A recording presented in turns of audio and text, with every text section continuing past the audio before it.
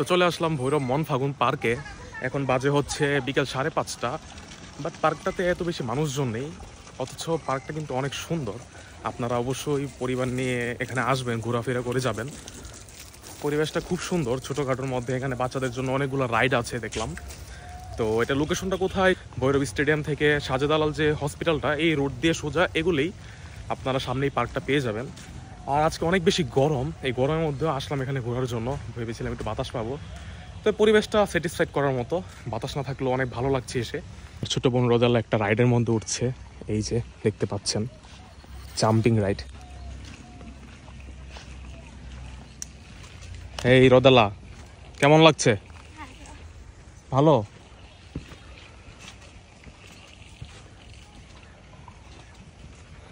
এটার পাশে আছে হচ্ছে আরেকটা রাইড বাচ্চাদের জন্যই। এইদিকে কয়েকটা রাইড আছে, এই যে ট্রেন, তারপর হচ্ছে নৌকা। বাচ্চাদের জন্য আরো দুটা রাইড ছোট ছোট। আর এই যে এটা হচ্ছে নাগরদোলা। তার পাশাপাশি এদিক দিয়ে বসার জায়গা আছে এবং ছোট ছোট দোলনা আছে। আর ঘরগুলো আছে বসে আড্ডা দেওয়ার জন্য, কফি খাওয়ার জন্য।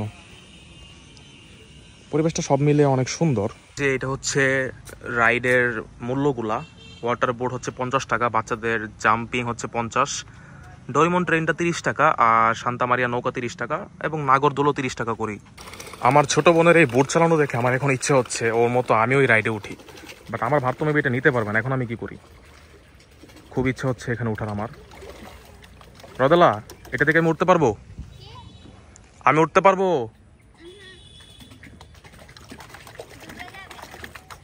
ডুবে যাবে?